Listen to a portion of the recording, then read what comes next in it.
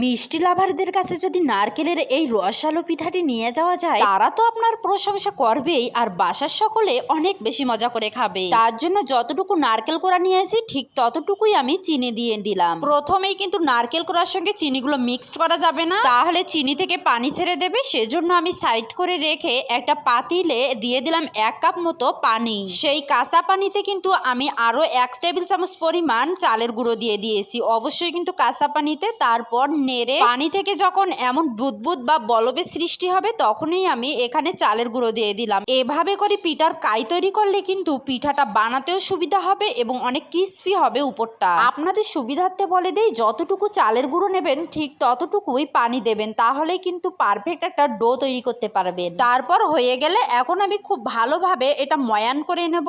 2 থেকে 1 মিনিট এভাবে করে প্রেস করার পরেই দেখা যাবে সুন্দরভাবে ময়ান হয়ে গেছে। তারপর একটা বেলুনি দিয়ে রুটি তৈরি করে নিতে হবে। আমরা যেমন রেগুলার রুটি তৈরি করি ঠিক তেমন, বেশি ভারীও হবে না আবার বেশি পাতলাও হবে না। এই পিঠাটির বিশেষত্ব হচ্ছে এই পিঠাটি কাঁচা নারকেল এবং চিনি দিয়ে তৈরি করা হয়, আর আলাদাভাবে যেহেতু নারকেলের পুর তৈরি করা লাগে না, সেজন্য কিন্তু সময়টাও অনেক কম লাগে। তবে খেতে কিন্তু দুর্দান্ত টেস্টি, কোনো কম্প্রোমাইজ হবে না এর স্বাদের সঙ্গে। উপরিভাগটা যেমন ক্রিস্পি, ভিতরটা হবে তেমনটাই রসালো। এই যে দেখেন আমার রুটি তৈরি করা হয়ে গেছে। এখন একটা বয়ামের ঢাকনা দিয়ে আমি এভাবে করে গোল আকার শেপ করে নিচ্ছি। অনেকেই আছে এই পিঠাটা বড় বড় আকারে শেপ করে নিতে ভালোবাসে, কিন্তু আমার কাছে এমন কিউব কিউব শেপটাই ভালো লাগে। তারপর আমি এই যে মিক্সড করে নিচ্ছি চিনি এবং নারকেল কোড়া। আপনারা যদি অতিরিক্ত বেশি মিষ্টি পছন্দ করেন তাহলে নারিকেলের থেকে চিনি আরো বেশি দেবেন। আমি কিন্তু নারিকেল এবং চিনি সমান সমান দিয়েছি। তারপর দেখতেই পাচ্ছেন প্রত্যেকটা পিঠায় আমি নারকেলের পুরগুলো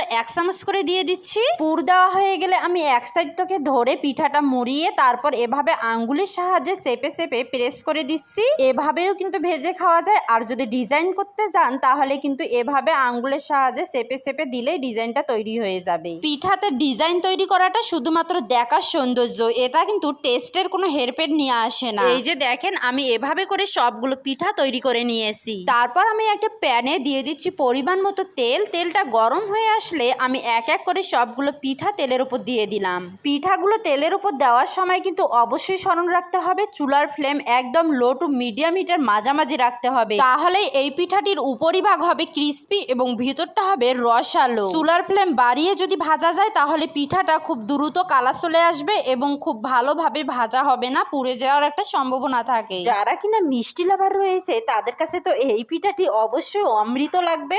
আমি রিকমেন্ড করব আপনারা অবশ্যই এভাবে করে কাঁচা নারকেল দিয়ে এভাবে পুর বানিয়ে যদি একবার হলেও এই পিঠাটি তৈরি করে নিয়ে খেতে পারেন, তবে এর স্বাদ মনে থাকবে আপনার আজীবন ধরে। 4 থেকে 5 মিনিট এভাবে করে ভেজে নেওয়ার পর আমি উল্টিয়ে দিচ্ছি অপর সাইডটা হওয়ার জন্য। 2 সাইড খুব ভালোভাবে ভেজে নেওয়া হয়ে গেলে আমি উঠিয়ে নিচ্ছি পিঠাগুলো। এরকম একটা রসালো এবং ক্রিস্পি পিঠার প্লেট আপনার প্রিয়জনের কাছে সার্ভ করুন, সঙ্গে ফ্যামিলি সকলে মিলে সুন্দর একটা সময় উপভোগ করতে পারেন। ভিডিওটি ভালো লেগে থাকলে আপনার প্রিয়জনকে একটা শেয়ার দিতে পারেন। আল্লাহ হাফেজ, আসসালামু আলাইকুম।